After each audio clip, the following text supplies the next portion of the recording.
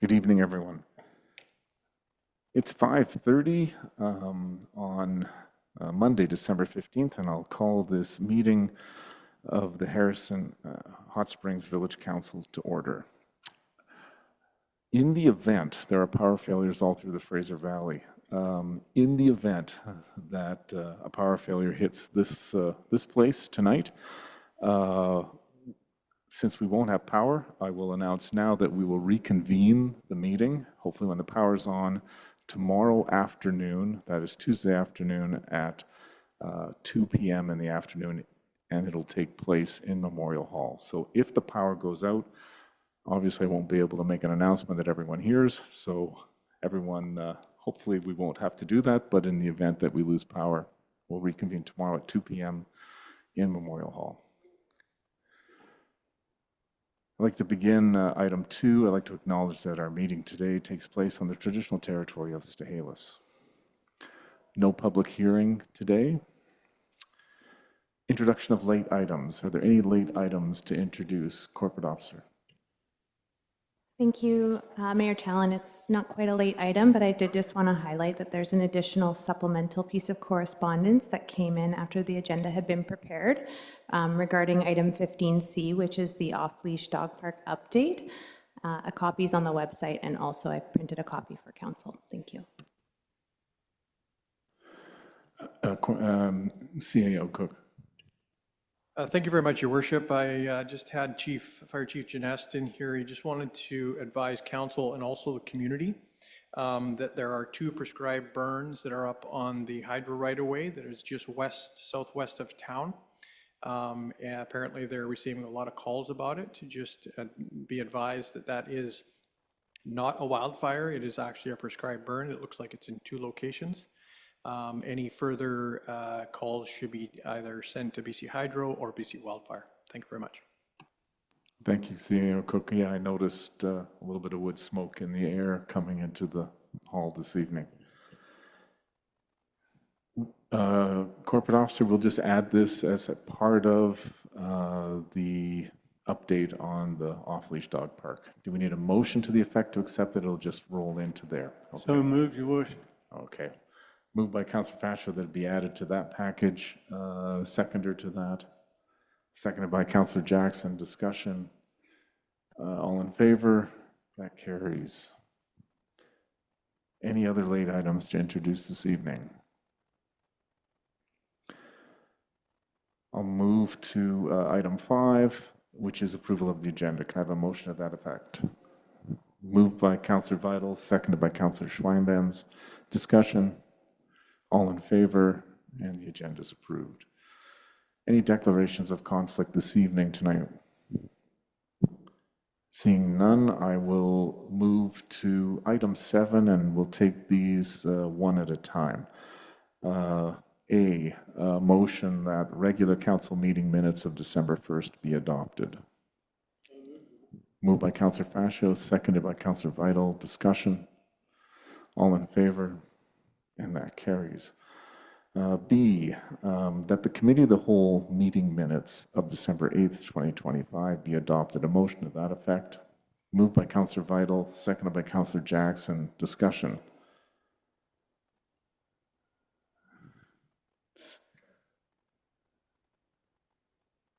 Seeing no discussion, I'll call the vote. All in favor, and those Committee of the Whole meeting minutes are adopted. C, Committee of the Whole meeting minutes of December 9th be adopted. A motion to that effect. Moved by Councillor Jackson, seconded by Councillor Vital. Discussion on that motion. Councillor Schweinbenz. Thank you, Mayor Tallon. I think on the second day was the day that we got into the meat of these master plans, and I just wanted to comment about those. First of all, I thought they were fantastic. I didn't know that reading 200 pages of all the details about sewers and water and storm sewers was going to be that exciting, and it wasn't, but there was a lot of information there, and I think important information for the public to pay attention to. I don't know that we have these in front of us, but one of the highest priorities on the sanitary sewer master plan was with regards to the the outflow of the Miami River. I was actually by there today, and the river is just gushing out. It's amazing to see how much water is in the river. And one of the high priorities is to assess that area. And I'm wondering if through you, I could ask CAO Cook to expound on some of the assessments and future thoughts are on that area. Thank you. CAO Cook. Thank you very much, Your Worship. As Council knows, we've, as part of the dike upgrade project, we've engaged NHC to do a review of the current state of the current pump station and how it relates to what the provided flood levels are, or sorry, the design flood levels with respect to the upgrade to the dike. But I will pass it on to Jace to fill in any holes. But as of right now, I believe they're just in the assessment stage. I don't think there's been anything that we've received since we asked them to do the review. Director of Operations. Thank you. Yes, so NHC has been engaged and is working on this review of this high priority item. Yes, they're currently in the assessment stage. They came to site earlier this year, and they're currently working on the report and are hoping to have that to us shortly. Thank you, Director of Operations. CAO Cook, something additional. Yes, thank you very much, Your Worship. I just do want to clarify that with the current state that we're in with the waters that are coming from the Miami River, the floodgates are wide open. The water is clearing through them with no issues. The elevation of the river has not been high enough to kick the pump on at all, which is good. When we look back to the 2021 event, we were seeing localized flooding in Spring Park and a few properties along Cedar Avenue, the lower properties that are well below our floodplain bylaw elevation. But to date, it's been functioning perfectly, and our staff is reviewing it daily on their way out to the wastewater treatment plant. So everything there is functioning as designed. Thank you, CAO Cook. Councilor Swyman. Thank you, Mayor Talon, and thank you for the answers. I think that's fantastic, and I think it's something we should watch. It sounds like we're going to be seeing these atmospheric river events more frequently, perhaps in the future, so I think it's an important topic. Another important topic on the sanitary sewer master plan is an acronym that I think we should all get to know, and that is the GWII, the groundwater infiltration and inflow. And I'm hoping that folks that are listening can understand that the importance of this. Apparently, we have a major problem here with legacy properties and areas and antiquated sewer lines that need to be upgraded. And if we can all get together as a community and make sure that our properties are connected properly to the proper pipes, whether it be your eaves, your property sewers and that sort of thing are going to the proper pipes. I think that'd be that's a useful information for us all to have. So GWII, I think we should all get to know. The other comment I had, Mayor Talon, is perhaps once we get the other, I think we're looking for 2 other master reports. I think, and we're potentially asking the community to spend a lot of money in the next several years, is maybe do an open house. Get the engineers in here, meet the people on the ground, maybe get some big pipes and pumps out and show people. Maybe that's already been planned, I'm not sure, but I'd love to see that. Thank you. Thank you, Councillor Swinbands. I think having read those reports myself and awaiting 2 more, I have a feeling our council and with staff and our consultants will be, through our budgeting process, having a lot of conversations about projects and priorities. CAO Cook. Thank you very much, Your Worship, and I do appreciate your comment there, Councillor Swinbands. Just to advise council and the community and the people that you appear to be speaking to, staff has prioritized the infiltration and inflow concerns that we have in certain locations with really high groundwaters. We've been able to identify some locations, and we, as of early as of this morning, we've had a contractor in essentially plugging those holes, eliminating some of the groundwater from areas that we can identify with. There was a place or location at the Cottonwood and Bear. We've identified a few other properties as well, or locations, sorry, and identified a few properties that do have some flows coming in.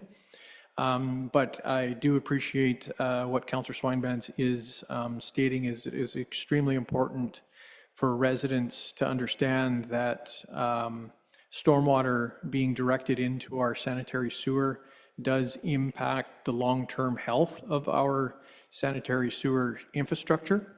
If and when somebody is concerned or would like to determine whether their perimeter drains or their sump pumps are in fact connected to the village sanitary sewer or the storm, we welcome the opportunity to work with them to eliminate that, because that is one of our largest issues, is the amount of stormwater we see get into our sanitary sewers.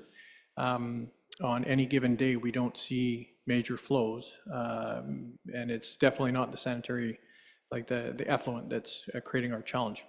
Now, stating that, staff has done an excellent job dealing with the high flows that we experienced a couple of there last week and earlier this week over the weekend. So hats off to our field crews that have been working late hours and keeping the village functioning. Thank you. Thank you, Sierra Cook. It was well, interesting timing that after we had gone through all these master plan reports that we actually had a rain event, and our staff were able to, I think, confirm a lot of the things that were in the reports and maybe learn a few other things at the same time. Councillor Schweinmans. So just a quick anecdote, Mayor Talon. I was out today trying to educate myself on all this, and was with some of the operations team, and Bruce Malphite had a camera, and he was able to fish it 17.5 meters through this pipe and find some obstructions and some unknown water coming from different areas that it wasn't supposed to. So it's a process that we can handle, and I would encourage homeowners, if you think you've got this GWII issue on your property, let's just get together and solve this issue, because it's putting too much pressure on our infrastructure, as CAO mentioned. Thank you. Seeing no further comments on the motion, I'll call the vote. All in favor? And that carries. Any business arising from these minutes? Seeing none, I will move to item 9, delegations and petitions, and we have a delegation tonight. Melissa Weed from Agassiz Harrison Child Care. Please come to the mic, and the floor is yours.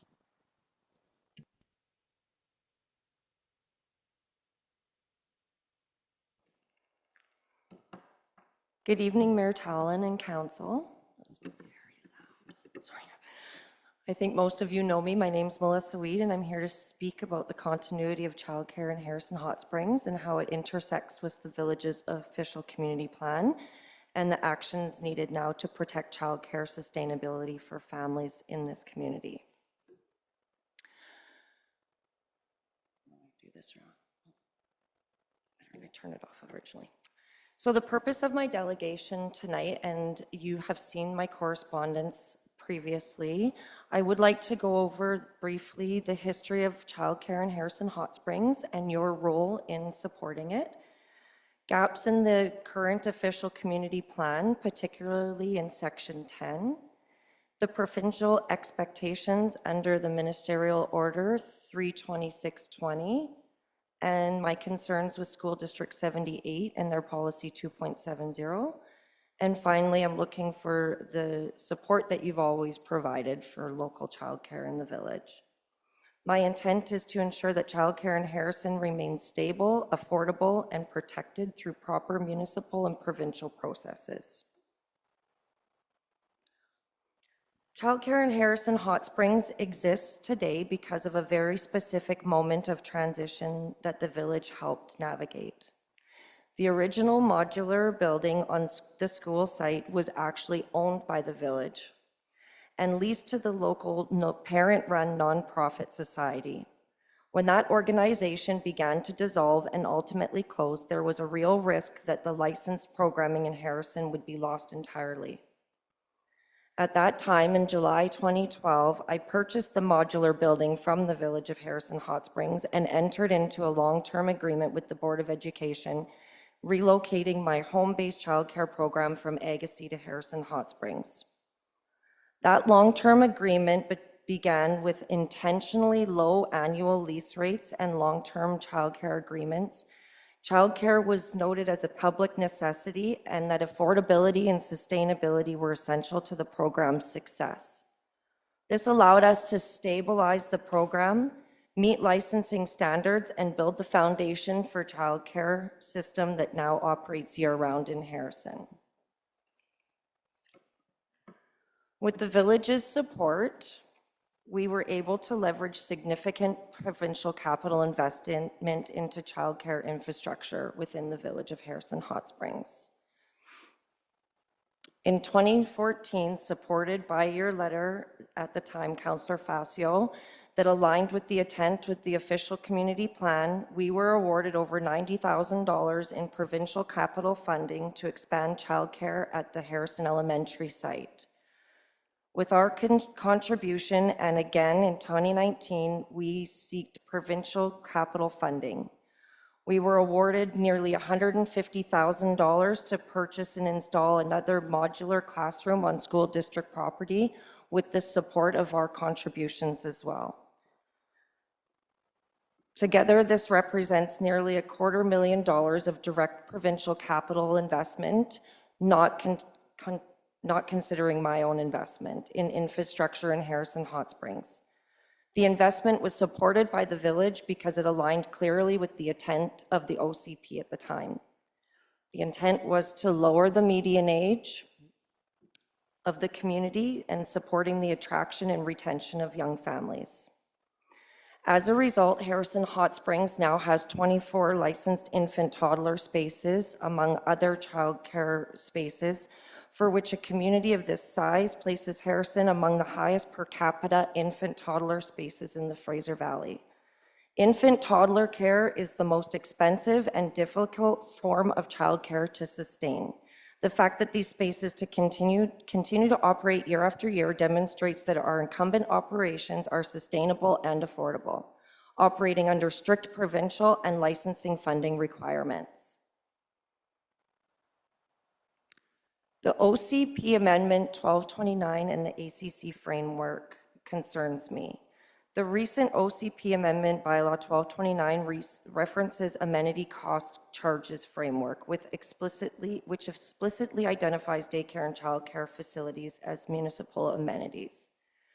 Under the ACC framework, municipalities are required to consult with affected organizations, which I would believe I would be included, when developing or amending policies tied to these amenities. Licensed childcare operators are clearly included in this category. It's critical to understand how affordability is protected today and how fragile that protection is if childcare operators change. I also wonder what the ACC category means in the future for constituents. Is there a cost coming for daycare infrastructure in the future? And that's something that I think that needs to be addressed in the OCP.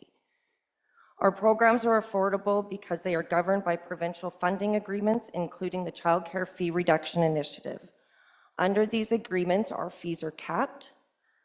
Annual increases are limited to a maximum of 3%, and all available provincial funding is applied directly to parent fees. These protections apply only as long as we are the licensed operator in place. Any changes would require a change in ministry funding and a change of license that are not transferable. This would reset the funding framework. A new provider would be legally entitled to set fees at regional medians, hundreds of dollars above what we are charging Harrison families. This would result in immediate and permanent fee increases for families, increases that the affordable childcare benefit would not cover, particularly in Harrison Hot Springs, where most families do not meet the income threshold to qualify. For these reasons, we as the local incumbent childcare operator are formally requesting to be included in any consultation going forward. As an affected organization, the ACC framework and provincial policy decisions related to childcare planning, amenities, school facility use, or policy development directly impact affordability, continuity of care, and support community stability. We're asking to be meaningfully consulted so that childcare decisions in Harrison Hot Springs are informed, transparent, and aligned with provincial and municipal expectations. Maintaining the incumbent operator is therefore the only mechanism that protects affordability for families today. Changing operators in the future does not improve access. It raises costs, destabilizes care, and undermines the already provincially funded affordability objectives. What the OCP Section 10 does and doesn't say. Section 10 of the OCP lists public facilities such as Harrison Hot Springs Elementary, the Farah Hall, the Memorial Hall, and others. However, childcare is not mentioned at all, despite the fact that 89 licensed childcare spaces operate on the school site year-round, including infants under the age of 3. The OCP describes the school as serving kindergarten to grade 6 only, which does not reflect how the site is actually used. This creates a planning and oversight gap for land use, emergency preparedness, public facility governance, and access to provincial funding, and I'm concerned eventually ACC charges to Harrison constituents. Between 2016 and 2021, Harrison Hot Springs experienced a 31% increase in population, with the strongest growth among young families and children. This growth aligns directly with the expansion of stabilization of childcare services in the village. Childcare is not just a service, it's an essential infrastructure that supports the workforce, tourism economy, and long-term stability of the community.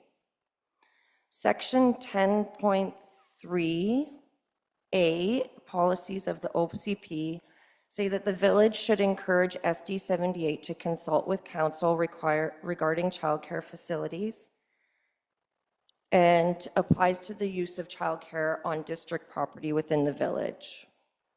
I'm outlining how the district or how the village has a stand in childcare in the community planning. The provincial requirements under the School Act, which is not directly affecting the village, I understand, has a ministerial order MO 326/20. This order requires school districts to collaborating with existing childcare providers as well, protect continuity of care, and minimize disruption to families. The intent is clear: childcare on school property must not be disrupted without proper planning and consultation. Policy 2.70, adopted by SD 78 of January this year, was developed without consultation. It neither with SD 78 policy 1.60 or ministry orders 326/20. Childcare was then treated as a procurement item at Kent Elementary, which is not supported under provincial procurement policy.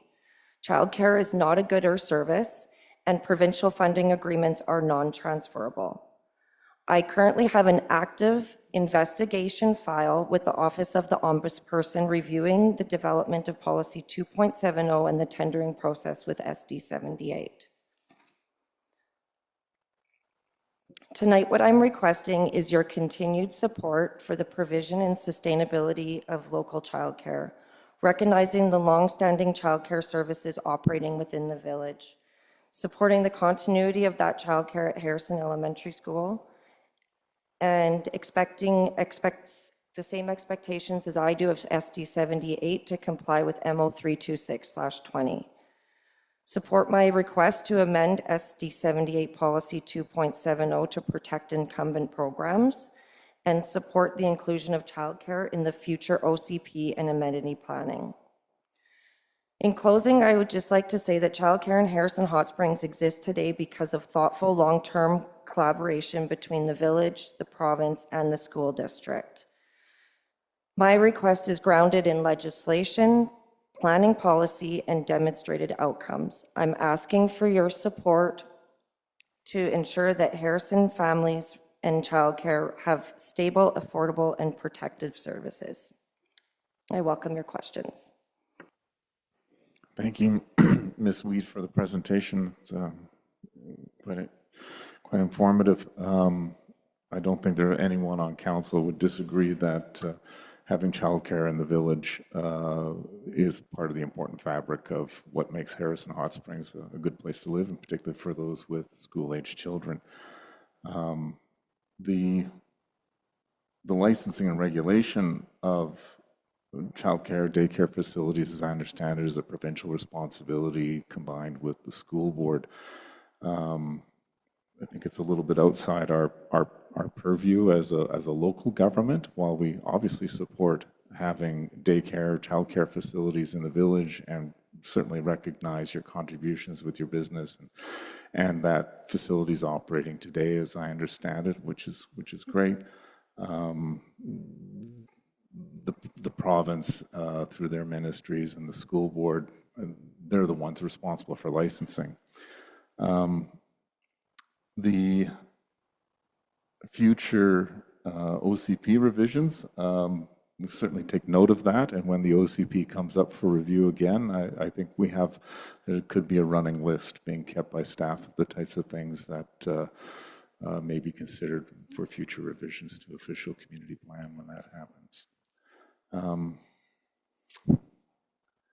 Any other comments or questions from anyone else on council this evening? Councillor Vital. Thank you, Mayor Tallon, and through you to Melissa. Thank you for your presentation.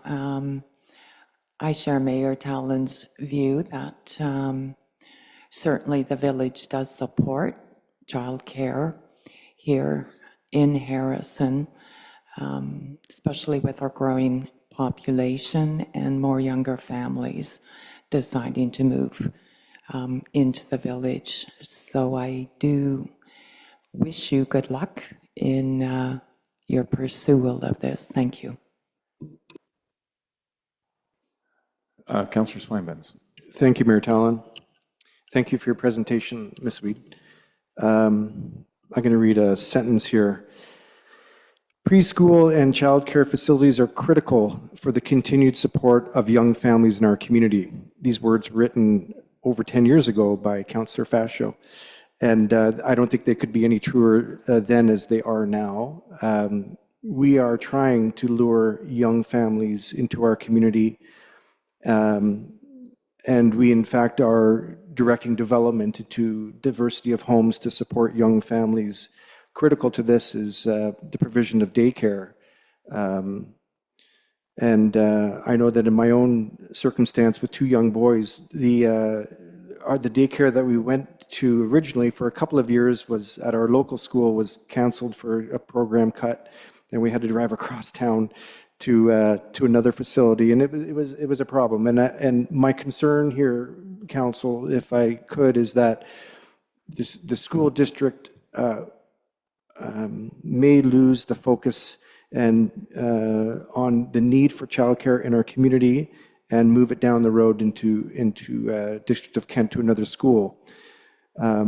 Therefore, I think we should at least make an effort to write the school district letter, making sure that we outline how important it is to maintain childcare facilities, preschool activities here. We are not involved in maybe some of the contractual issues that Ms. Weed is dealing with, and we certainly have sympathy for that, but the school district needs to know that our community takes this very seriously. We want to maintain that, so I would move that we write a letter in support for the continued provision of childcare in our community, that's not moved down the road in the future.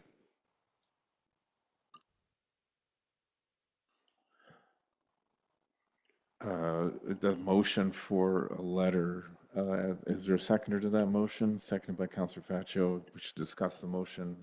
Any discussion on that? Councillor Faccio. Yeah, thank you, Your Worship. Thank you, Melissa, for your presentation. I think having the childcare business that you created in our community is so important, especially in this day and age when parents have to go to work. And it's the aftercare, I think, is a very important part of the part of your business, is that the kids are looked after till mom or dad can pick them up after work. And in this day and age, with families who have to work to keep the roof over their heads or put the food on the table, it's important that that Harrison, I mean, I can remember when it first started at the Gospel Chapel and then moved onto the district grounds at the school there. And we've always been very supportive that our childcare before and after is well looked after. And as we know, the population, I believe, for younger families is increasing in Harrison. I can only go by the amount of pushchairs I see walking around the village, but I'm sure it's increasing, and it's. I think that the one thing I think is when you, I'm assuming you're still in conversations with the school district. I think when you get some more information, you should relay that to our mayor. So that we can get a better idea what's going on there before any major decisions are made, you know, on that score. Because that part, of course, we can't get involved. That's you and the school district. But I hope everything turns out for the best. It's a very important part of our community, and we'll do our best to keep it there. Thank you. Thank you, Councillor Faccio. Any further discussion on the motion? Councillor Jackson. Thank you, Worship. I just wanted to make one little comment. I was on council when this all started, and I watched it grow over the years. And I can say I get much pleasure when I walk by, especially in the summertime when I see all the little kids out playing. And I said, boy, this is just wonderful. And this is what the community is built on. And I want to thank you. I know when you started how hard it was and what you went through to get to this. And from my point of view, you have all of our support. We cannot afford to lose something that's just so wonderful and makes the heart of this community. And thank you. If I may, thank you very much, and I do intend to get through and sustain childcare in the community the best I can. Thank you. See no further discussion. I'll call a vote on the motion, and that carries. Any further comments or questions from council for Ms. Weed tonight? We thank you for the presentation.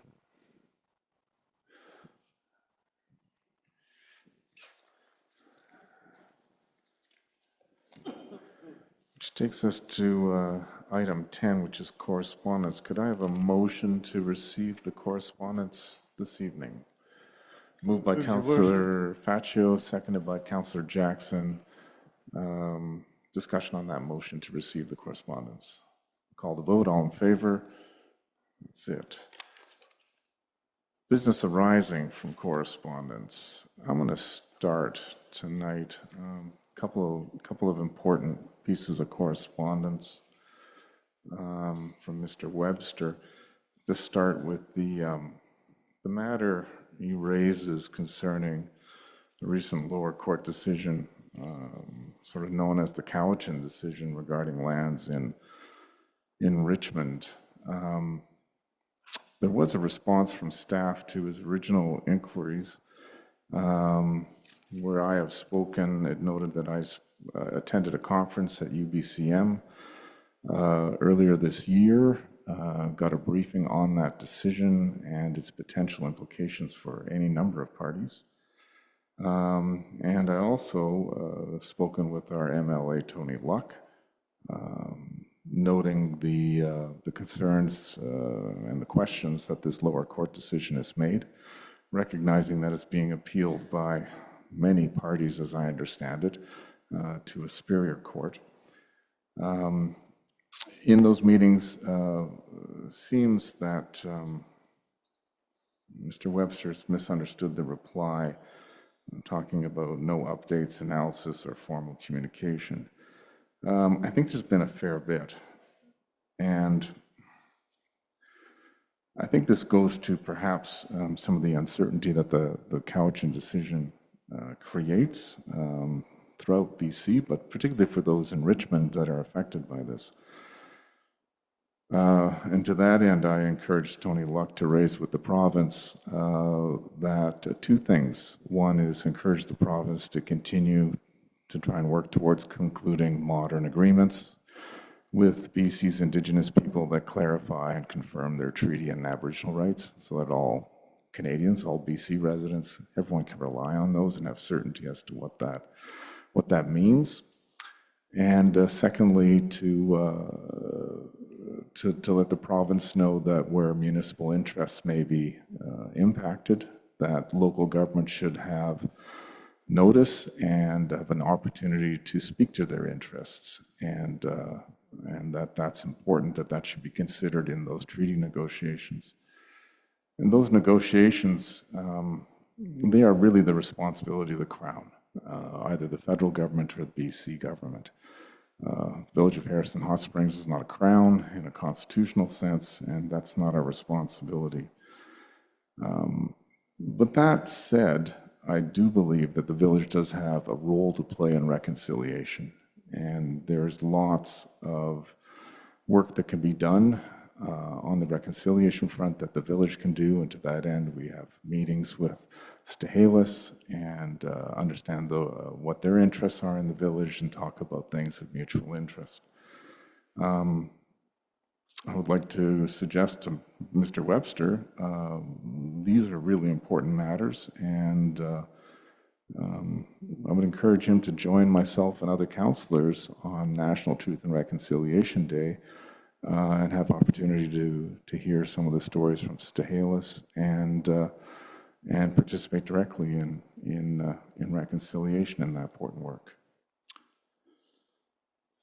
The other piece of correspondence from, again, Mr. Webster that I'd like just to speak to today concerns the Housing Needs Report. A bit of a critical letter suggesting the report is somehow flawed or incomplete. Mr. Webster seems to focus on the authors of the Housing Needs Report, and I'm not sure what the value is in that. The end result is council adopted the report, approved it, and that's the report. But there's several things in here on his email to council that I don't think are accurate, and I think the report put in proper context does do a lot of modeling. If I can just read just from the executive summary of the report, these reports, this one is mandated by the provincial legislation to ensure municipalities and regional districts address housing gaps and plan for future development in a structured manner. The takeaway from here for me is that the province has identified that there's a housing crisis in BC, and working with local governments to try and tackle that housing crisis. The executive summary then goes on to talk about the report presents an update on the 2019 Housing Needs Report, and it aligns with provincial policies and data-driven housing projections. And here's the important part. The methodology is described quite extensively in this Housing Needs Report, but the key one is the 5-year and 20-year housing needs for Harrison Hot Springs are determined using 6 key components from the province's Housing Needs Calculator methodology, and they're listed there. This is a very complex report. Our staff, including Mr. Cossey, who's noted here, worked hard to get this report completed and meet the provincial expectations and have that put the village doing what we need to do. Again, the takeaway here is, for me, the 5-year housing need is 185 units, according to the report, and the 20-year is 637 units. What Mr. Webster was looking for in the report is, how does the report, that we have this report, what are the impacts on municipal services, our water system, our sewer systems. And I'm going to suggest that this housing report, that's not the place for that. The actual place for that are on some of the master plans we actually just received last week in Committee of the Whole. There's 2 more coming in the new year that deal with all our municipal infrastructure and our assets for water and sewer and stormwater systems.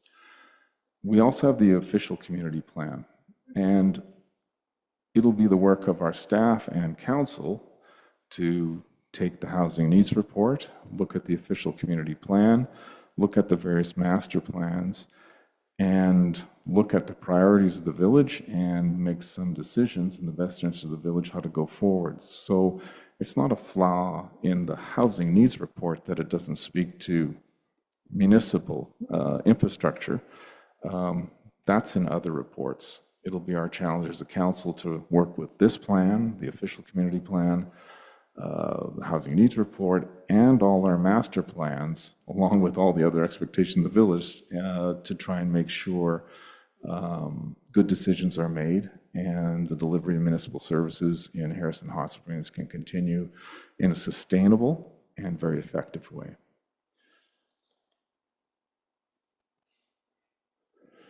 That's all the comments I have on letters right now. I'll kick it off. Is there anyone else? Councillor Vital, business arising from correspondence. Thank you, Mayor Tallon. I would also like to comment on both A and B, correspondence from Mr. Webster. Specifically, A, it appears to me that Mr. Webster has raised issues relating to the Cowichan tribe's legal decision. That issue currently falls outside a village jurisdiction and quite rightfully could now or in the future fall under a need of legal confidentiality. Because of pending appeals of the decision, and to avoid any speculation or misinformation that may in the future circulate, I certainly feel it would be inappropriate at this time for me to respond to Mr. Webster's questions. Regarding item B, and Mr. Webster's concerns with the housing needs report. This report was authorized by the village as part of obligations under provincial legislation using a provincially sanctioned method which focused on the number of units needed, not affordability of those units. Another full housing needs report is due in 2028. The interim report was to identify housing needs. The report does not include land use issues. It states housing needs only and does not address zoning, development, or where housing would be built. Those are matters that will be addressed through the planning process and with council's approval. Thank you, Mayor Tallon. Thank you, Councillor Vital. Councillor Schweinbens. Thank you, Mayor Tallon. On, I think it's item D, page 49 of our package here, I wanted to talk about the proposed Bill C-233, the No More Loophole Act. And Mayor Tallon, this is a private member's bill submitted by MP Jenny Kwan, and it's with related to the Arms Trade Treaty. And that we're a small community, you know, this is way above our pay grade, obviously, but in some of the catastrophic wars that are happening throughout our world in the last little while, we've learned that even though there's embargoes and sanctions on some of these countries, that components in their bombs, in their ordnance, in their airplanes, in their weapons come from Canada. As an example, some of the honing devices that are used for some of these drones by some of the aggressive nations are from a company in Markham, Ontario. So I support this, and I would like council to consider supporting a letter as requested by Jenny Kwan to ask the minister to close this No More Loopholes Acts Bill C-233 to protect the innocent people in the world who are victims of aggressive wars.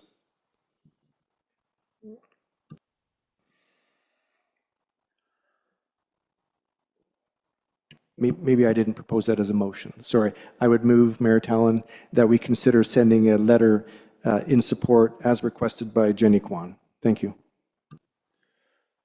Moved by Councillor Schweinbenz. Is there a seconder to the motion? Seconded by Councillor Vital. Discussion. Councillor Jackson. Yes, Your Worship, I'm totally opposed to that. I know the writer of the letter. I know that all the time they were certainly opposed to contributing to our Canadian military. We're in a time right now where everything has changed, and we just interfere with what's going on. We can't solve the problems of the world. All we can really deal with is what we have here in Harrison, and I think we're getting off the track. Thank you, Your Worship. Thank you, Councillor Jackson. I've read this closely, the information provided by MP Kwan, and I feel like I don't have enough knowledge to actually form a whole opinion, because I have a feeling that this is far more involved than what's presented here. I don't think there's any disagreement that armed conflict is not the way to resolve disputes. Nevertheless, the world we live in today, that does occur. I am confident our federal government and are well placed to hear this from and debate this private member's bill from MP Kwan. And I don't know how, I'm uncomfortable because I don't know enough about this and the details behind it. Any other comments? Seeing none, I'll call the vote. All in favor of the motion? Opposed? And the motion fails. Any other business arising from correspondence this evening?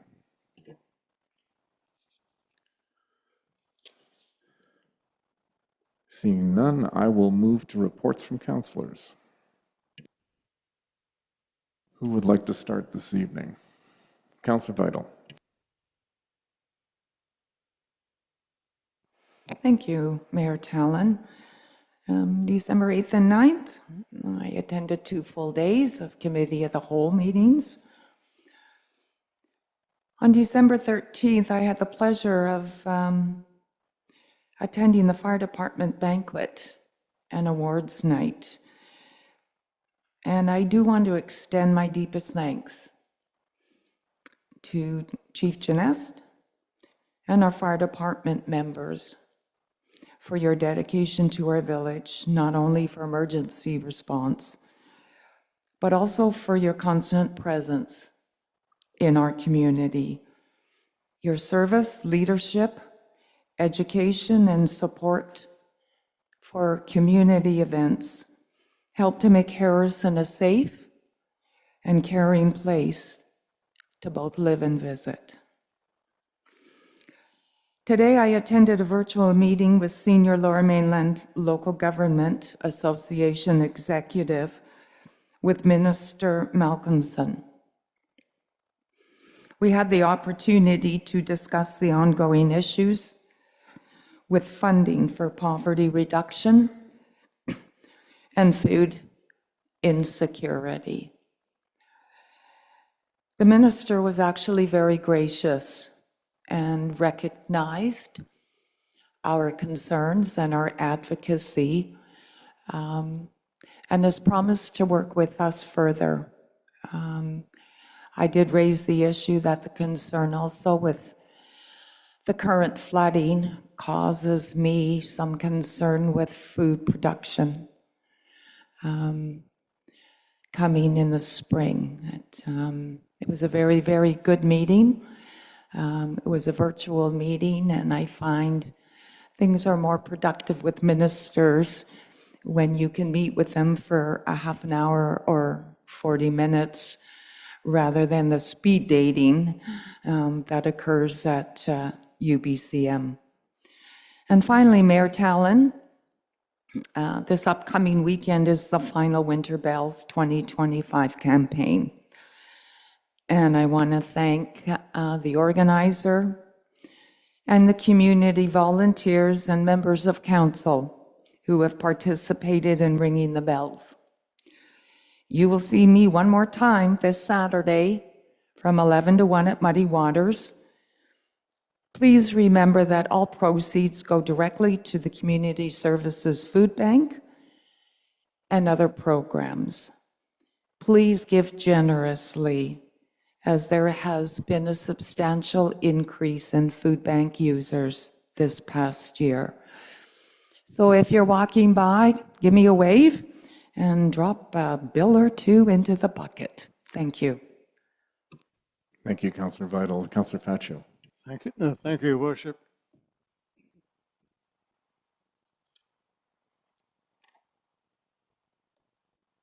As Councillor Vital just spoke, last Saturday we attended the fire department's dinner and awards. She has said all the words I was going to say as well, but it's just an outstanding group of young men and women who have dedicated their time to this community.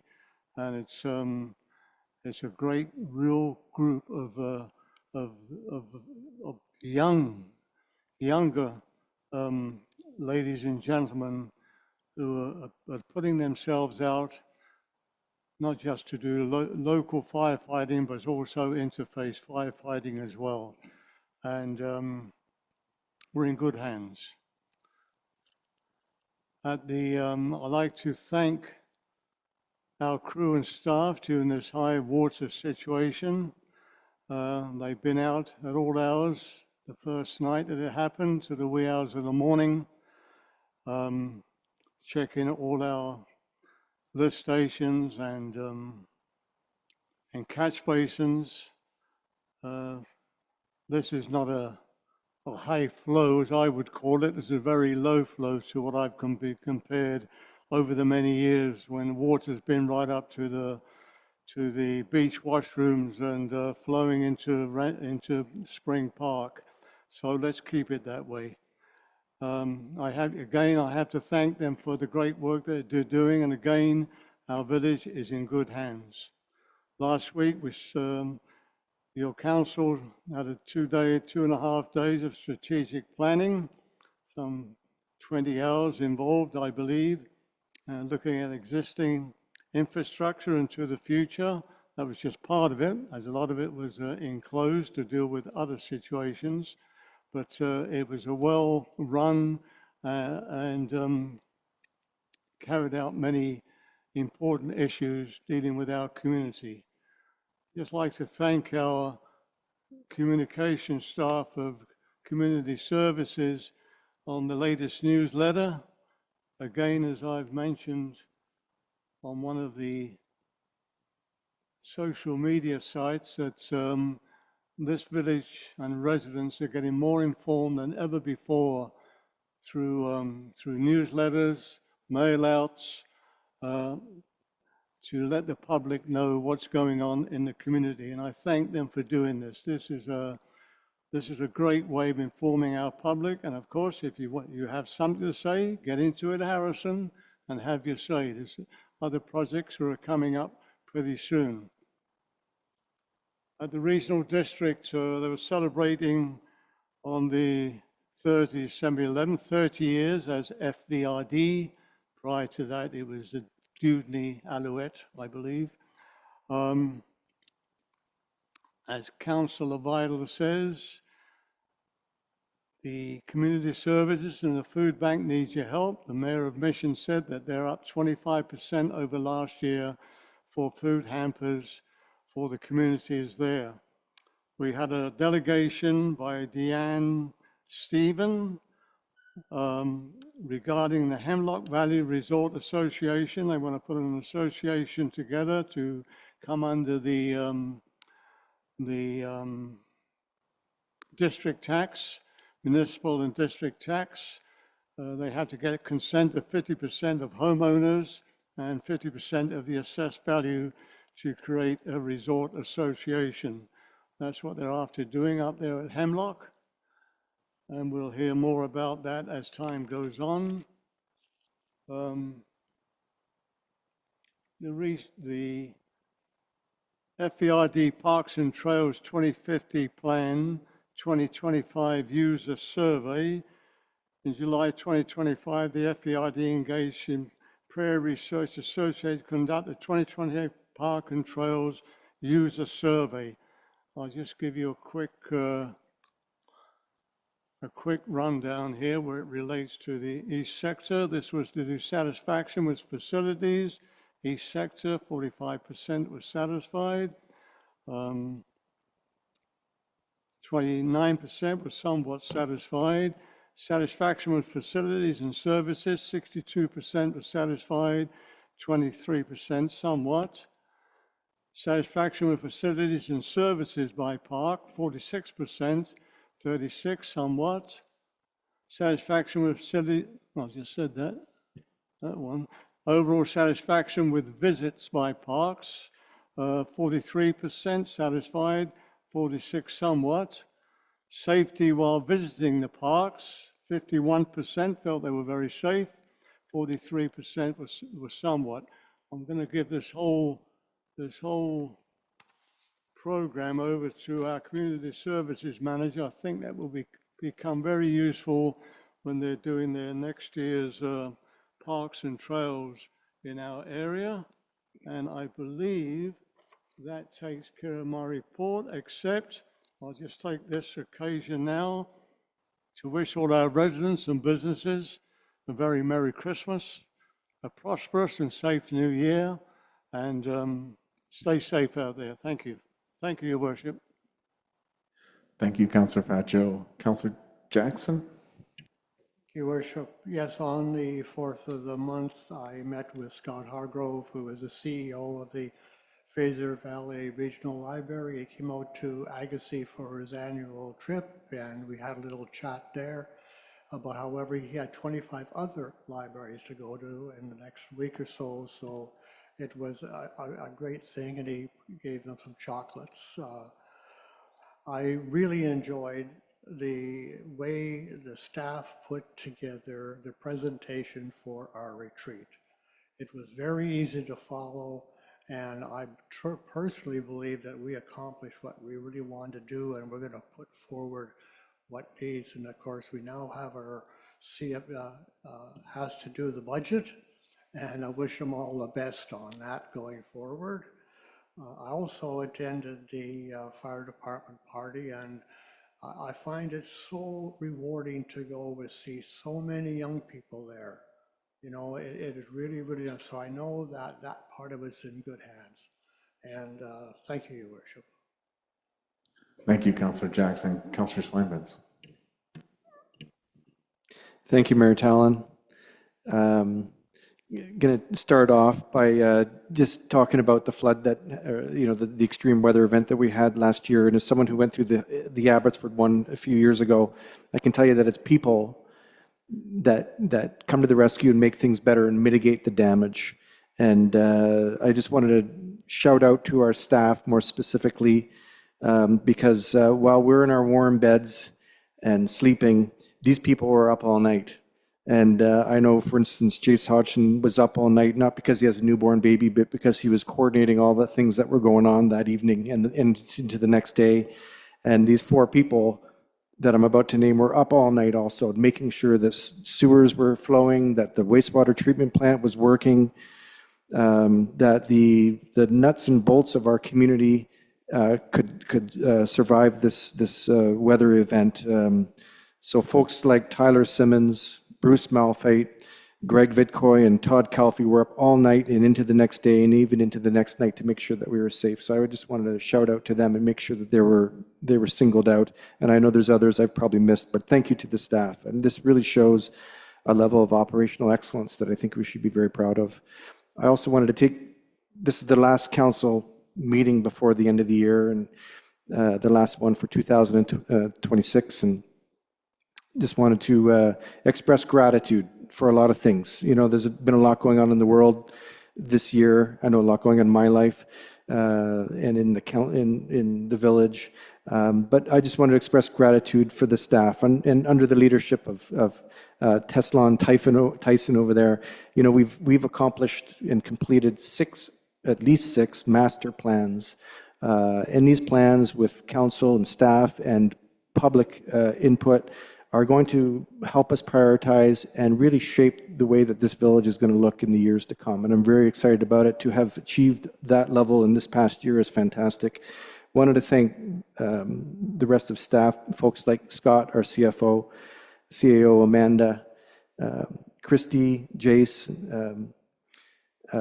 and Kaylee. You know, I usually come in every week to see you guys and to trying to get educated and an explanation on what's going on in some of our programs. So thank you for satisfying my curiosity on some of these things and filling me in on what's happening.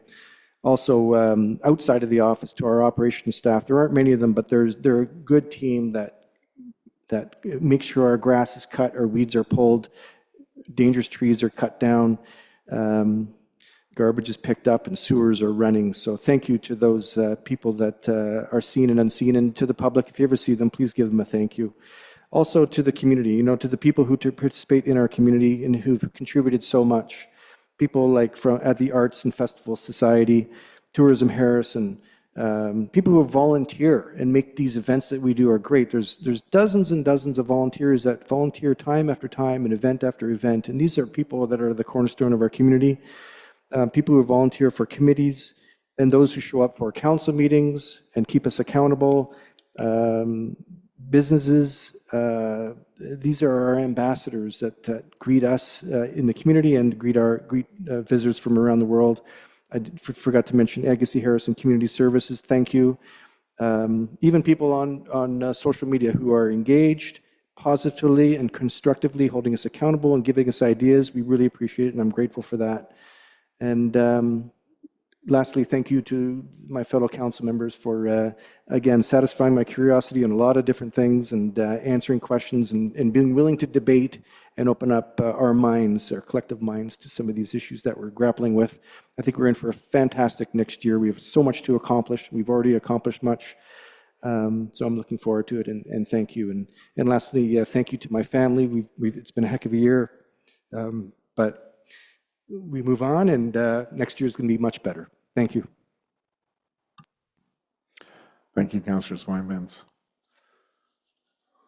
Takes us to item 13 on our reports from Mayor. I want to start, I'll talk about the things I've done over the last couple of weeks, but I just wanted to start by saying I was very discouraged to see in social media several of our senior staff called out by name and criticized and attributing motives to them in relation to a report we received on paid parking, a report that we asked for as a council, and our staff delivered a report and gave us lots to think about. I really have a hard time in a small community like this, when we're all essentially neighbors, when that kind of criticism is leveled at staff and naming them and attributing motives that are just untrue. If there's criticism, it should come to myself as mayor or council. If there's performance issues with staff, can direct them to the CAO or myself. I just find it troubling. Mr. Cossey was named in correspondence again tonight and challenging his competency as well. I find that troubling. But what's interesting about this latest one is the people that were posting these things and critical of staff never, again, the personal attacks never informed the issue. Council decided not to go with year-round pay parking, and that's the direction we gave staff. But there was no comment on that. Instead, under usually large banners of transparency and truth, they criticized process. And they came out essentially and said, you know, that should have never come to a council meeting. The mayor should have headed that off behind the scenes, should have never allowed that agenda item. And I think about that, and these are people posting about transparency and trust and seeking that. And when they criticize that, and it's never the decision, it's the process. No one criticized the decision not to go with pay parking, but the process. And what they're actually advocating for is manipulation of agendas, that I shouldn't have allowed the agenda item, and council shouldn't have a public debate about things that are controversial, or that decisions should be made behind closed doors. The very thing that those that are seeking transparency is the opposite. And I find that hard to take. Staff get insulted, and the very thing they seek, they advocate for a process that is the opposite of transparency. They want manipulated agendas, and they want decisions behind closed doors. And it doesn't stop there. I made a passing reference regarding the SenseNet system and a question about fines for false alerts going to our fire department, false alarms to the fire department. And I got chastised in the local media for even suggesting that. Again, under these banners of transparency and trust, let's talk about the SenseNet system. This was a contract that was let out during a spuriously declared local state of emergency, a contract that was awarded outside of all procurement policies, $270,000 for 3 years. And then get criticized when there's a suggestion that we should look at whether the system is actually working and it's effective. When this contract comes close to renewal, I certainly want a full accounting of the SenseNet system. Is it actually delivering what it was promised to do? And is the village getting value for the money, or are there alternatives? So, and again, we'll be challenged on transparency and trust, but not on these things. And I find that ironic, to say the least. I attended a number of meetings, did a whole bunch of things in the last couple of weeks. It's been busy. I had a monthly seniors lunch that I was invited to in Agassiz Harrison Seniors at the Agricultural Hall on December 2nd. That was a very enjoyable lunch. Environment Committee on the 3rd. I had a Chamber of Commerce meeting on December 9th. I had the opportunity to ring bells for the Blue Bucket campaign on the 12th and 13th. And on the 13th as well, I attended the firefighters' year-end gala, ball, and awards ceremony. And I'm going to echo the things that have been said by other councillors. That whole night was very affirming and a great source of pride I think the village should have, at least I do in our fire department. The same words kept coming up again and again: trust, training, accountability, dedication. And I think our fire department displays that, all those qualities. And I see that when they're the pancake breakfast on Canada Day, participating in our Canada Day parades, their first inaugural fundraising gala this year. So really important part of our community, and they certainly deserve our respect and our appreciation. And lastly, and this goes to what a wonderful community Harrison Hot Springs actually is. I had the opportunity to have lunch with the pastor from the Central Community Church a few weeks ago. And as mayor, I've had a lot of lunches, take a lot of meetings, and the pastor surprised me. He asked me, he said, "What can we do? What can our church do for the village?" And it kind of surprised me, because normally someone comes to me in these meetings asking, "We'd like the village to do something for us." And this was flipped around. So it caught me a little bit by surprise. And I just encourage them to continue to be a positive influence in the community and keep their doors open. And ultimately, the church followed up and they hosted a lunch for village staff this afternoon. And that was just lovely. I found that very generous, and I just wanted to acknowledge that from the Central Community Church. It really goes to what a lovely community Harrison Hot Springs is. And with that, that's the end of my report. Move to item 14 on our agenda. Reports and minutes from committees and commissions. Corporate Officer, you want to lead us through this? Thank you. Yes. The first item there is that the following adopted minutes be received for information, and they are minutes from the Environmental Advisory Committee meeting of October the 8th, 2025. Move, Your Worship. Moved by Councillor Faccio, seconded by Councillor Jackson. Discussion. All in favor? And those are received. Yeah, thank you. Next up, we have a report from the Environmental Advisory Committee. So on December 3rd, the committee met, and one of the topics of discussion was a recent incident where 2 ducks in the lagoon became tangled in some landscaping mesh. And so the committee passed a resolution recommending that council direct staff to explore other alternatives to using landscaping materials with mesh to avoid negative interactions with waterfowl, especially along the beachfront and riparian habitat areas. And so the recommendation before council is to approve that recommendation by the committee. Thank you. Moved by Councillor Schweinbenz, seconded by Councillor Vital. Any discussion on that motion? Councillor Schweinbenz. Thank you, Mayor Talon. Just to provide a little bit of quick detail, the 2 ducks, one was which we've saved, the other one we're not quite sure of its fate, but they were both wrapped around that fine green mesh that you quite often find at the bottom of lawns and turf that are laid down along the waterfront. And we did have some projects this year where they were actually used. So we're just hoping to instruct or to guide next round of landscaping to not use that kind of mesh that wildlife can get impacted by. So this is what we're asking council to consider. Thank you. Councillor Vital. Thank you, Mayor. Talon, I fully support this recommendation from the advisory committee.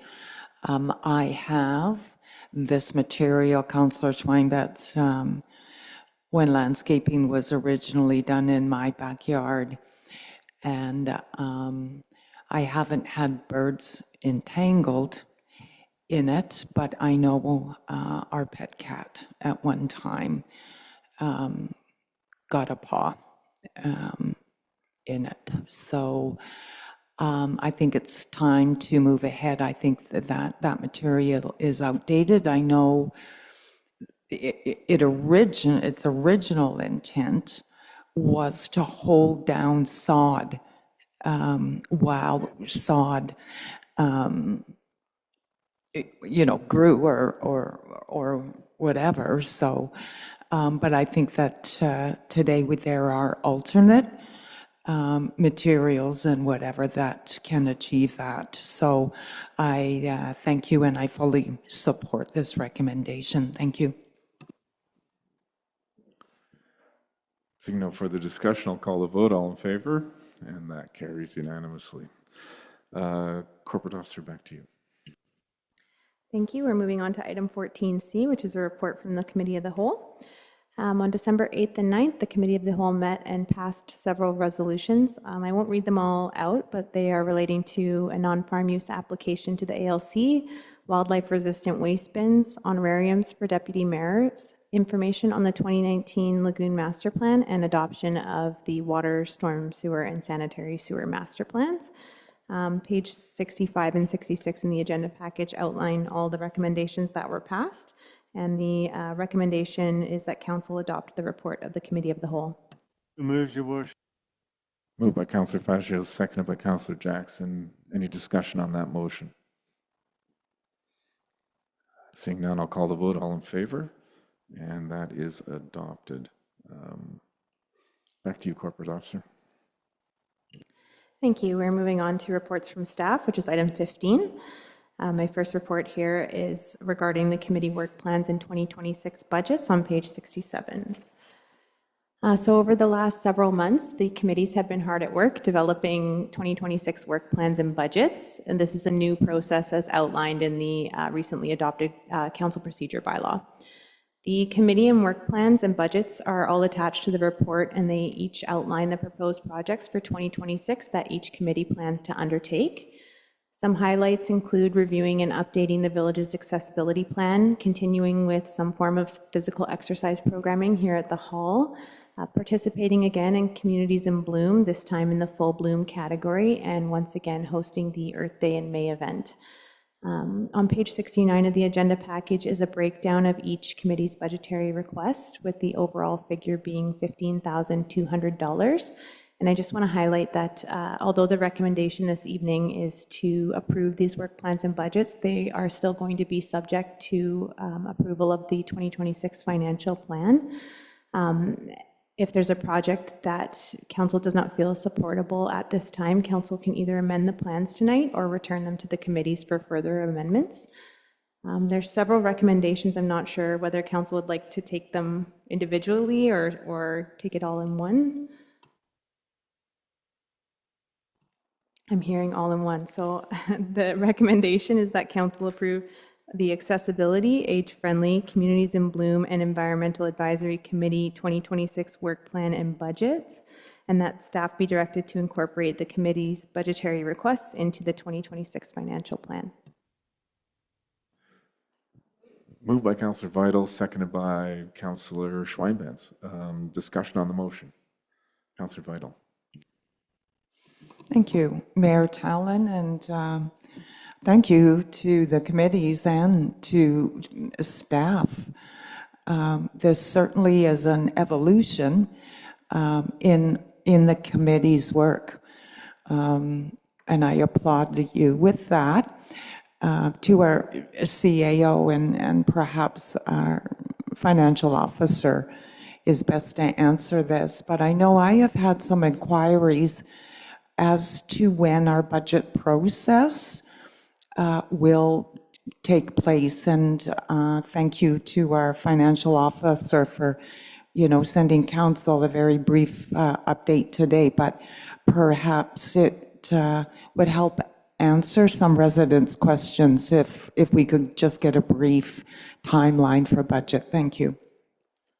CFO Schultz, can you share the budget process and the milestone key dates for the village?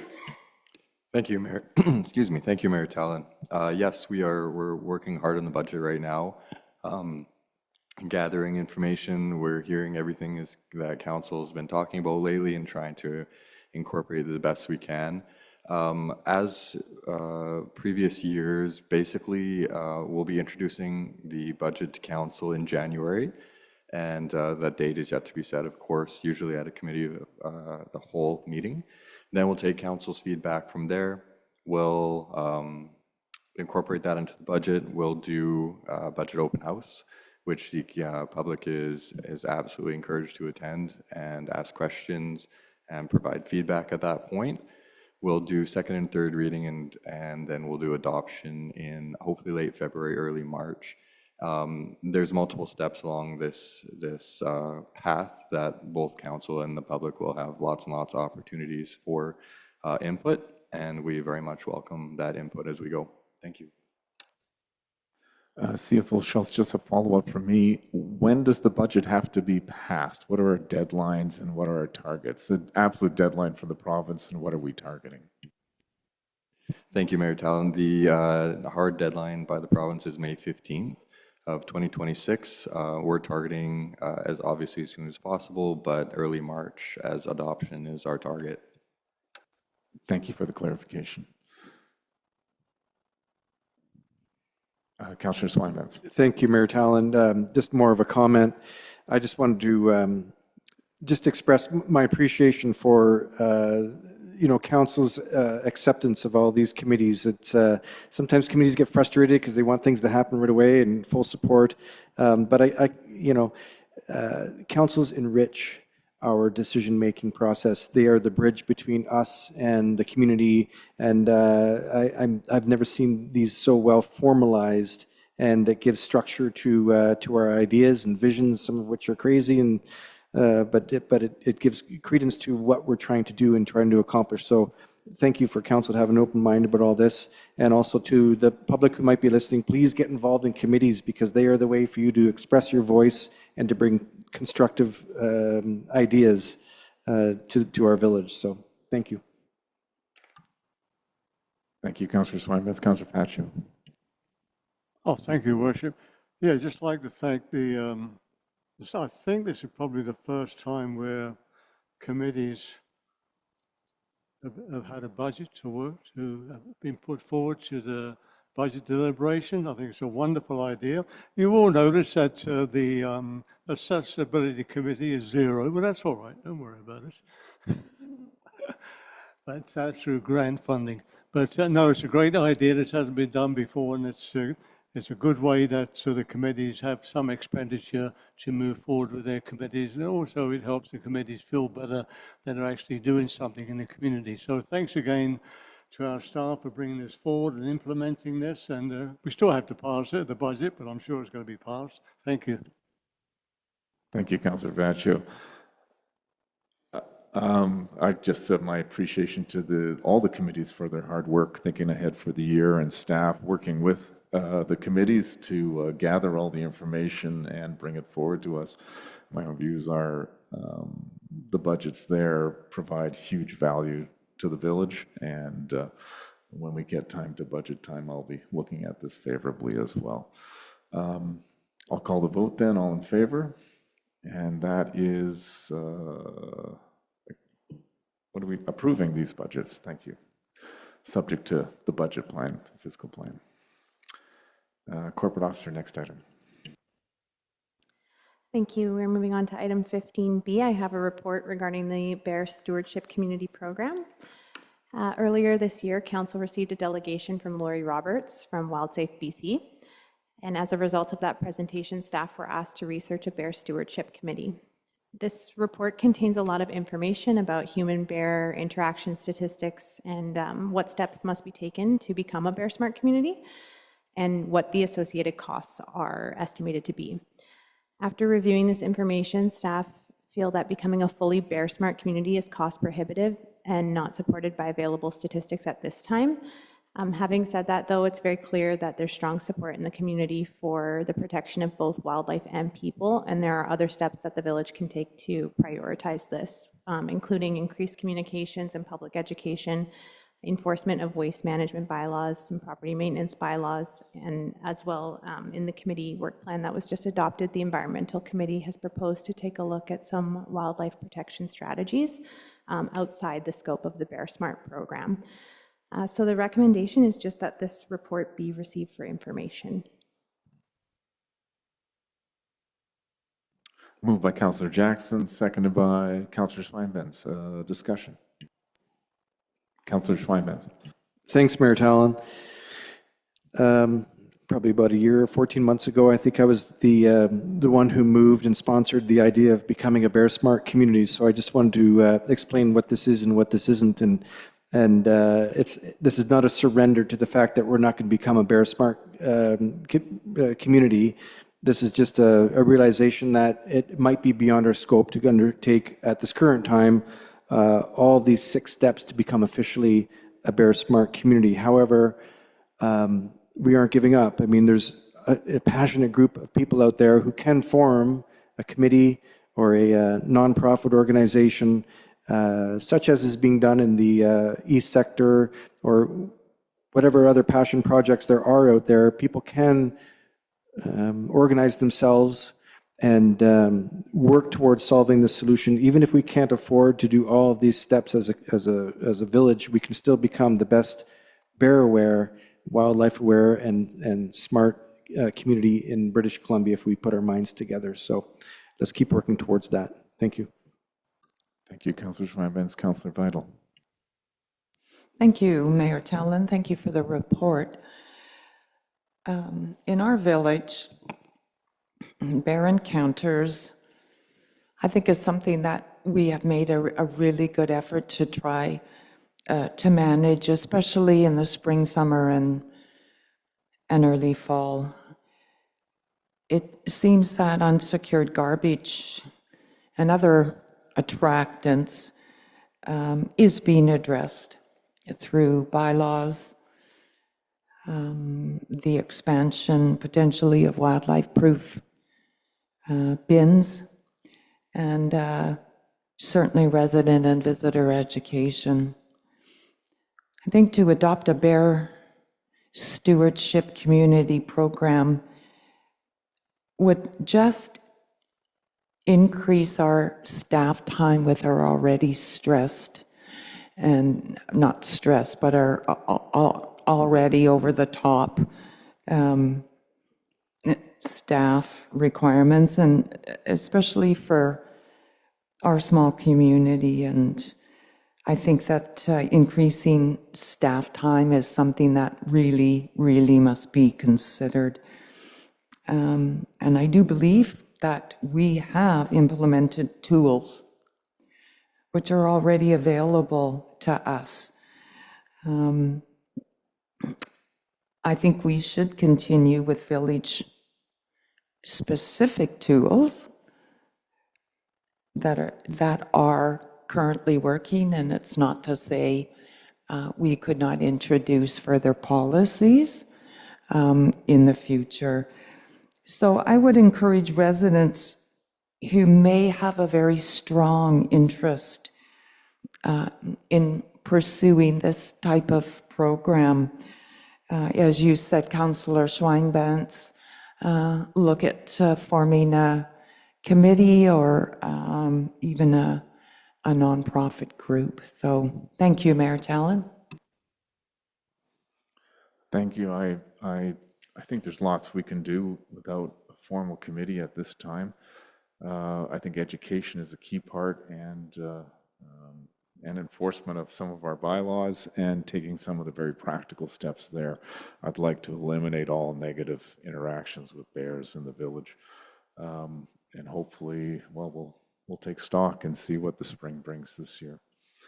Any other discussion on the motion? Seeing now, I'll call the vote. All in favor? And that carries.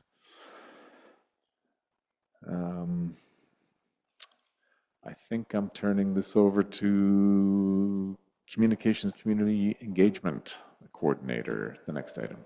Yes, thank you, Mayor Tallon.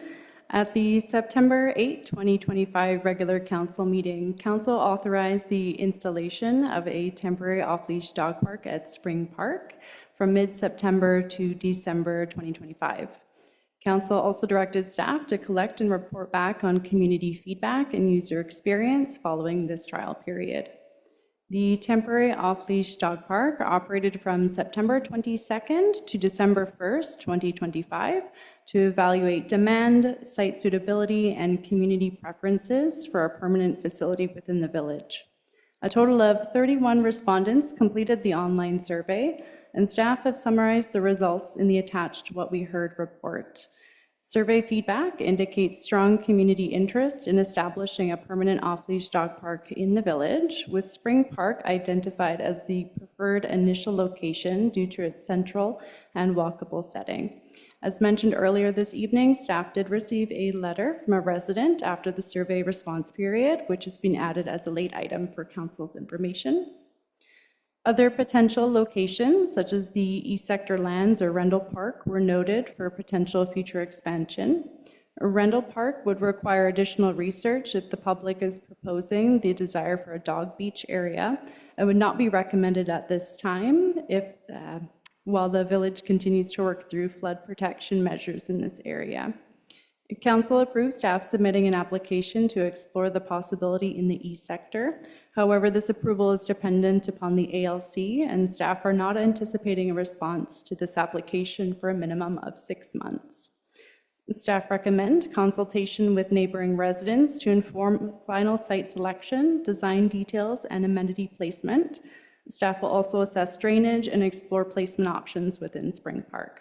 A subsequent report outlining potential locations, design concepts, and cost estimates will be brought forward in advance of finalizing the 2026 financial plan for council consideration. And there are no immediate financial impacts associated with identifying a preferred location. And so the recommendations for council are that council direct staff to develop detailed design concepts, refine sizing and cost estimates for a dog park at Spring Park, incorporating the feedback received during the 2025 temporary dog park trial and the findings summarized in the attached What We Heard report, and that council directs staff to conduct public consultation with neighboring residents of Spring Park, and that staff report back to council with finalized concept options and associated costs for consideration in the 2026 financial plan. Thank you. Recommendation, Your Worship. Moved by Councillor Faccio, seconded by Councillor Swinbanks. Any discussion on the motion? Councillor Vital. Thank you, Mayor Tallon. Thank you for the report and the results of the survey. I do want to express my support for continuing to use Spring Park as a temporary location. But I'm not 100% convinced that it is the ideal location for a permanent one,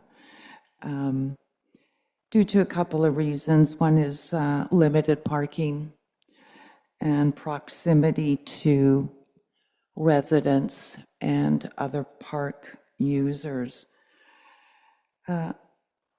I will support the recommendation, but I would encourage staff and council to continue looking into other options for permanent site away from Spring Park, away from residential areas, and ensuring that there is adequate parking and less disruption, and where dog owners and residents can have a safe space to enjoy.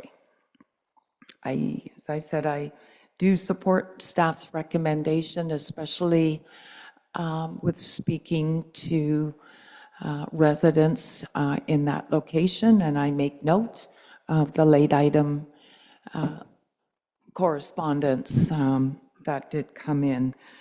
But I do look forward to that feedback from those residents. So thank you. Thank you, Councillor Vital. Any further discussion or Councillor Swinbanks. Thank you, Mayor Tallon. Sorry, I just wanted to say, very well put together, Kaylee. Thank you very much. I love the creative ideas and enhancements ideas that you have here. And I think it's going to be a fantastic dog park. I'm looking forward to the final finished product. And to echo Councillor Vidal's point, hopefully this isn't the only one we'll have in town. We'll look towards for future sites as well. Thank you. Seeing no further discussion, I'll call the vote. All in favor, and that carries.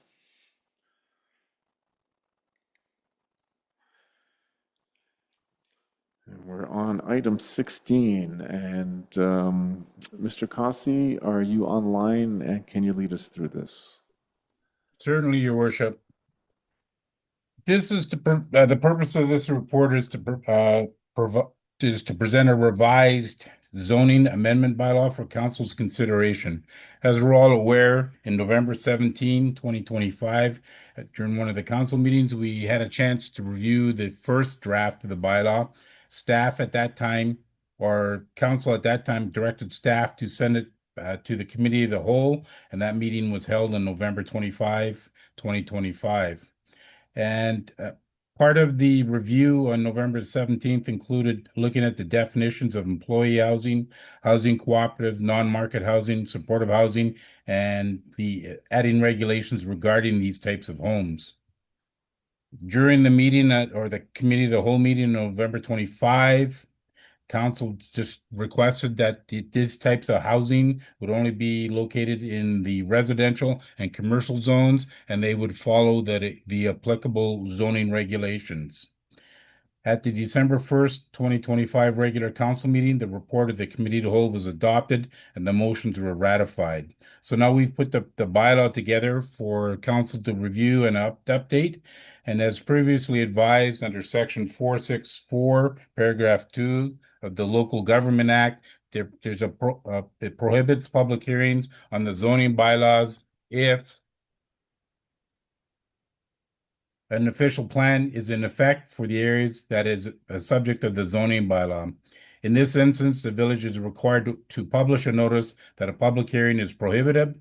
And we did this earlier on November the 7th, but just to make sure that we are still operating safely, we republished that notice on December 5, 2025, and giving the changes to the bylaw and ensure that the public was well aware of it.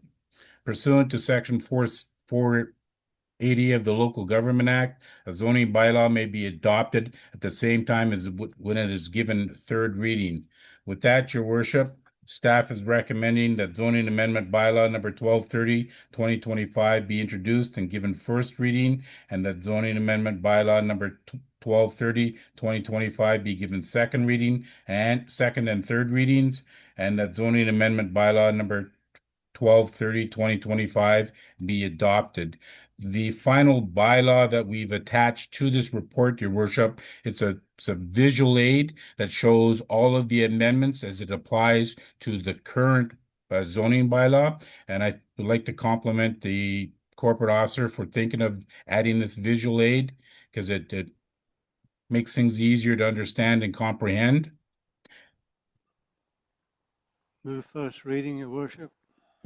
First reading moved by Councillor Fascio. All in favor? And that carries. We will go one at a time. Could I have a motion for second reading? Pardon me, Your Worship. Oh, sorry. You only got first a mover. You didn't get a seconder on the last motion. It was Thank moved you. by Councillor Oh, okay. Fascio. You didn't get a seconder. Didn't get a second. My apology.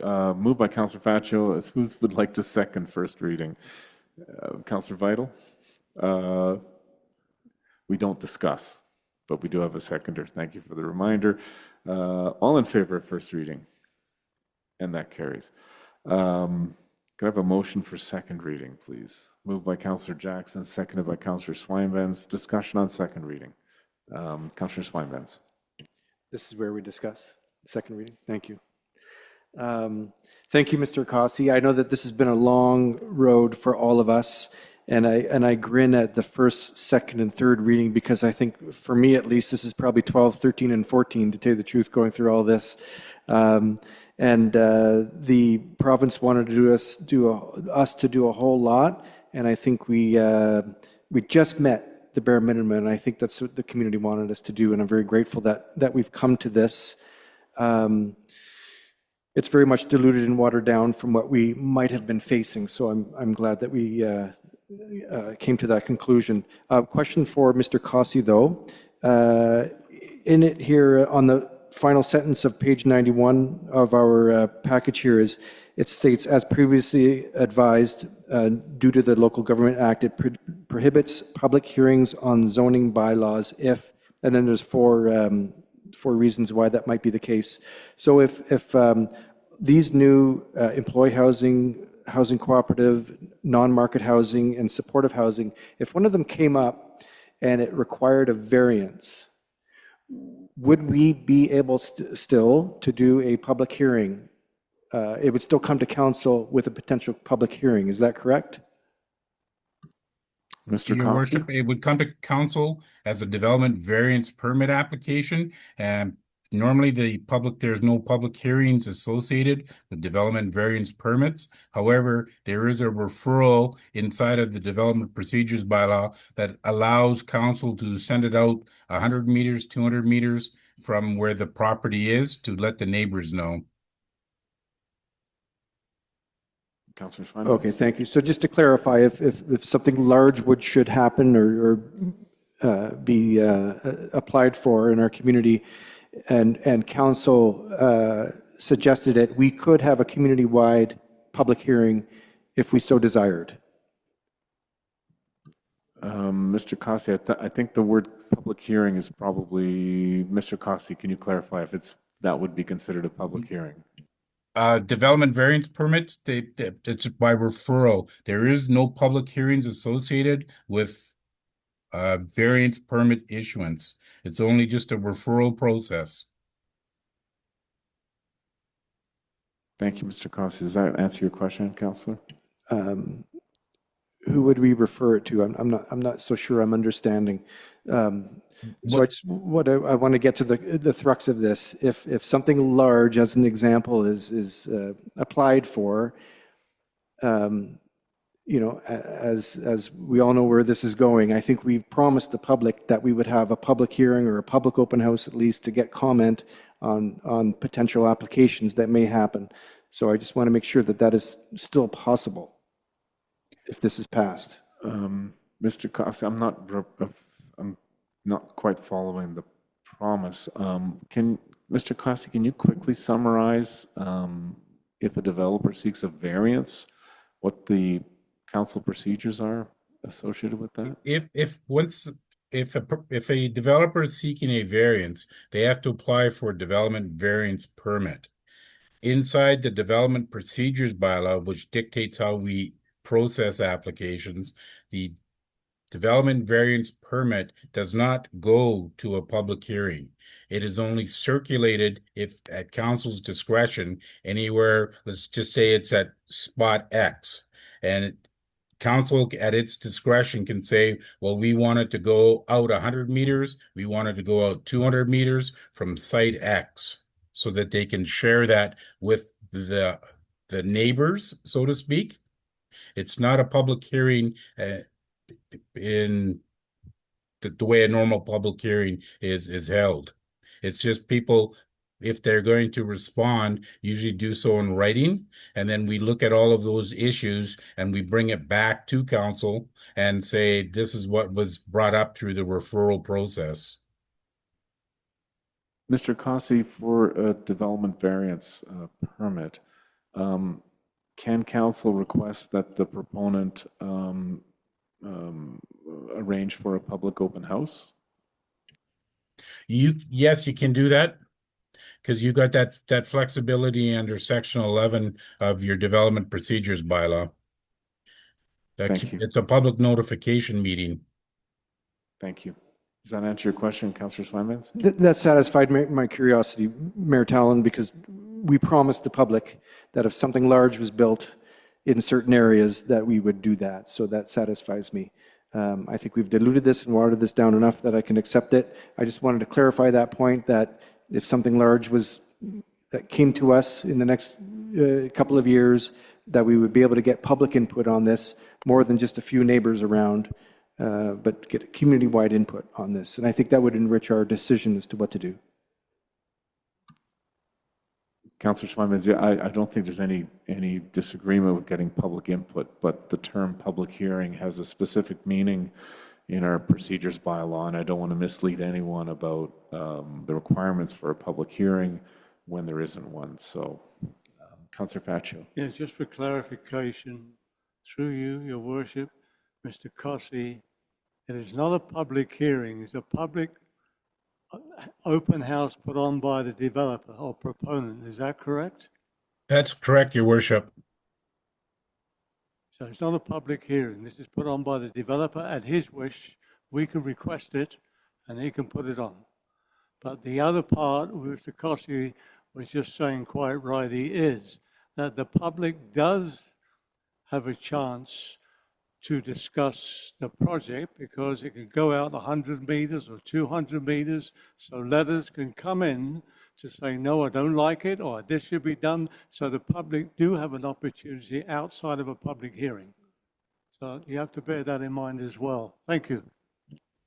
Thank you, Councillor Faccio. Councillor Vital. Thank you, Mayor Tallon. Through you to Mr. Cossey. What happens in a situation where a developer is requesting rezoning?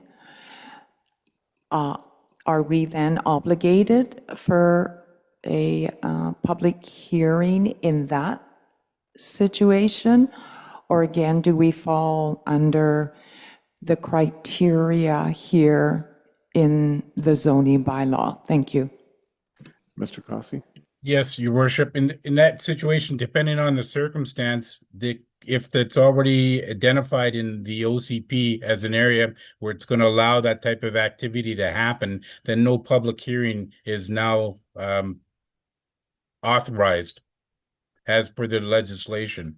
And I'd also like to point out that this is legislation that has been in the Local Government Act for a number of years. However, this time around, because of the housing crisis that the province is looking at, they've made it reference that if the bylaw is consistent with the official community plan, or if the sole purpose of the bylaw is to permit a development that is in whole or in part a residential development, then there's no public hearing. Thank you, All Mr. right. Crossi. Thank you, Mr. Cossi. That's helpful. Seeing no further discussion, I'll call the vote on second reading. All in favor? And that carries. Motion for third reading, please. Moved by Councillor Vital, seconded by Councillor Jackson. Any discussion on third reading? Seeing none, I'll call the vote. All in favor of third reading, and that carries. And lastly, a motion that bylaw number 1230-2025 be adopted. Moved by Councillor Jackson, seconded by Councillor Vital. Any discussion on that motion? Seeing none, I'll call the vote. All in favor? And it's adopted, and we meet our December deadline by the province for having this bylaw updated.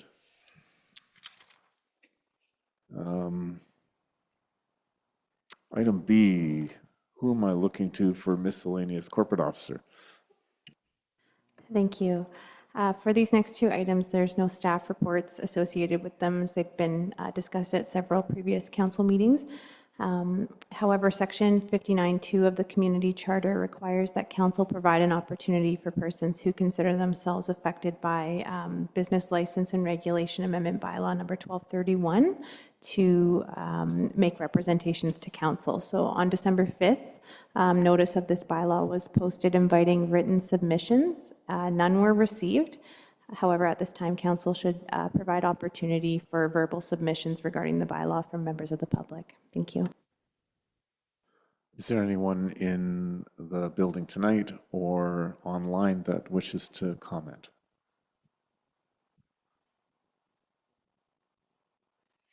Not seeing any comments. I'll just suggest to the people viewing online to use the raise the hand function if they wish to comment.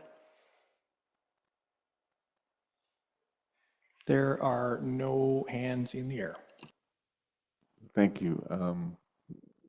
Corporate officer, I'll let you continue. Thank you. The first recommendation is that Business License and Regulation Amendment Bylaw number 1231-2025 be adopted. Moved by Councillor Jackson, seconded by Councillor Faccio. Discussion on that motion. Seeing none, all in favor, and that carries. Thank you. The next recommendation is that Miscellaneous Fee Amendment Bylaw number 1232-2025 be adopted. Moved by Councillor Vital, seconded by Councillor Jackson. Thank you. Any discussion on that motion? Seeing none, I'll call the vote. All in favor, and that carries as well.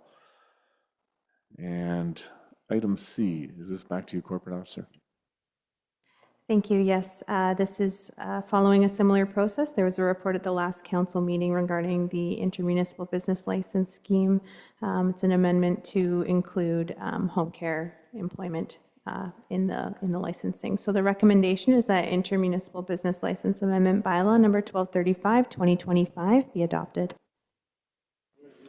Moved by Councillor Faccio, seconded by Councillor Vital.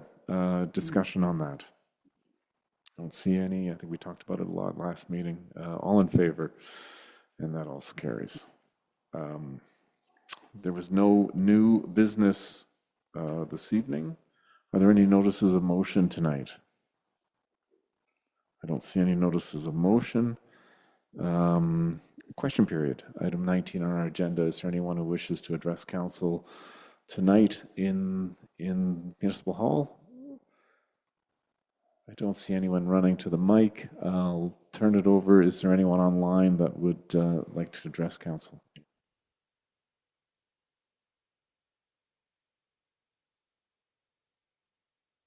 It appears to be one hand up. I do believe John would like to speak. Please go ahead. Yes, good evening, Mayor and Council. John Allen, 398 Hot Springs Road.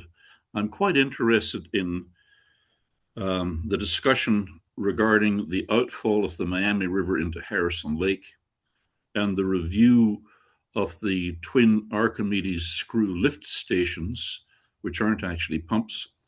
But I wasn't clear as to what is happening.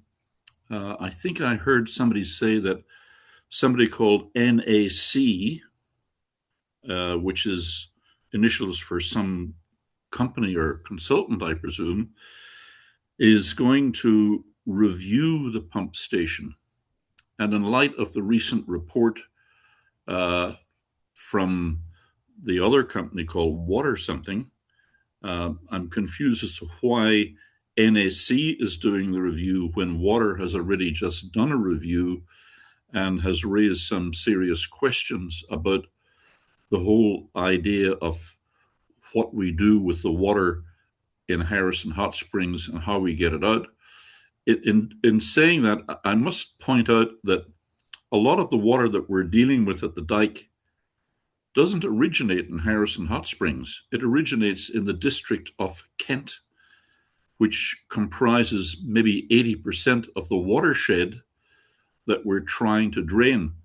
So to some extent, the water that we're dealing with at the dike is very much like the water coming across the border from Everson and the Nooksack River and into Sumas and Abbotsford. It's not our water.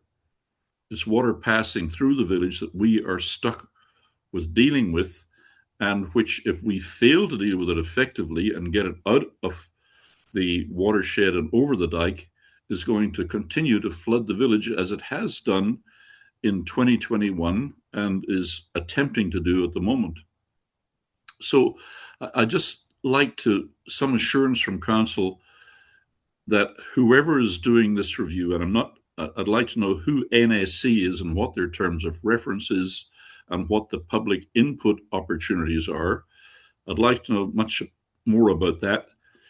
And I'd like those people, when they get the terms of reference, to look at this as a much bigger picture. The Miami River watershed is 18 square kilometers, most of it in Kent.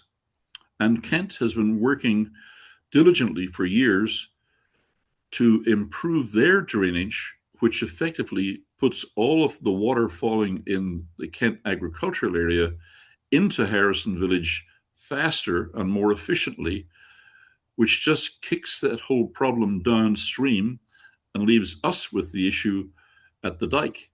There was a point when Kent was getting a grant from DARD that Kent had offered to help us to do some real work at the dike, but all that kind of faded away and they never did anything for us at all.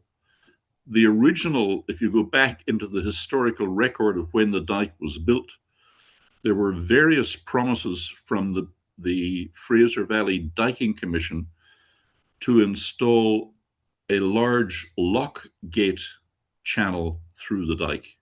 None of that happened.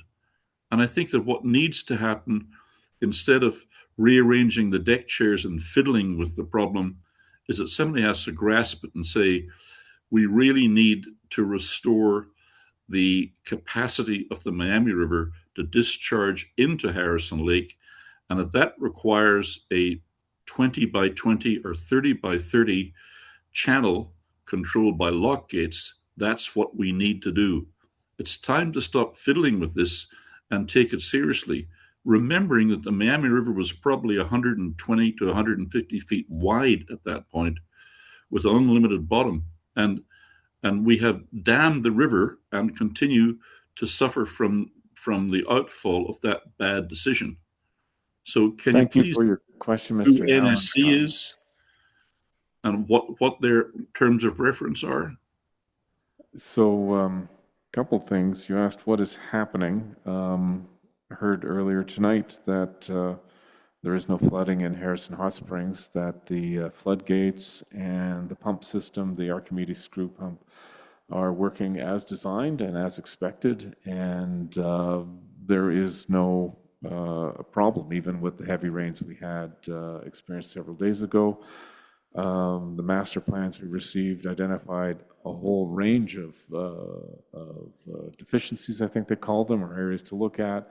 And I think I heard the CAO say that the pumps and those aspects are being assessed right now, so that we get answers to hard questions, including ones if we need to take action to enhance flood protection from the Miami River. Are there any other questions online? It doesn't appear to be. And just to clarify as well, that NAC is actually NHC. I do apologize if I wasn't clear in my description of who was the consultant that we engaged. Thank you, CAO Cook. I'm going to entertain a motion to adjourn. I'll just wish everyone online and the village all the best over the holiday season and a Merry Christmas. And we look forward to seeing everyone over the holidays if you're here, and enjoy Lights on the Lake for another few weeks. And we'll pick this up again in the new year. Motion to adjourn from Councillor Faccio and seconded by Councillor Jackson. Discussion on that. All in favor of adjourning, and we're adjourned for the year.